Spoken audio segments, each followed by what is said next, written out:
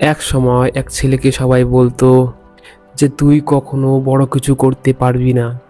ছেলেটা হাসতো আর কিছু না বলে সেখান থেকে চলে আসতো। কিন্তু ওর বন্ধুরা সবাই মোবাইল ঘাঁটতো আর ও ভাবতো সফলতা একদিনে আসে না, কিন্তু প্রতিদিনের চেষ্টায় একদিন সফলতা আনে। ছেলেটার কথা শুনে লোকজন হাসতো, তুই তো এখনো কিছুই করতে পারিস নাই।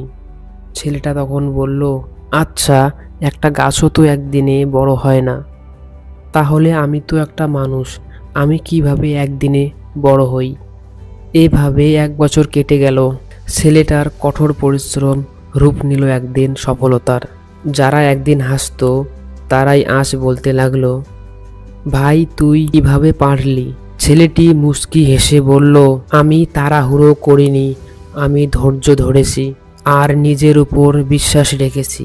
বন্ধুরা, এই গল্প থেকে এটাই শিক্ষা পেলাম, নিজের উপর বিশ্বাস রাখো, সফলতা একদিন ঠিকই আসবে। বন্ধুরা, আমার গল্পটি যদি ভালো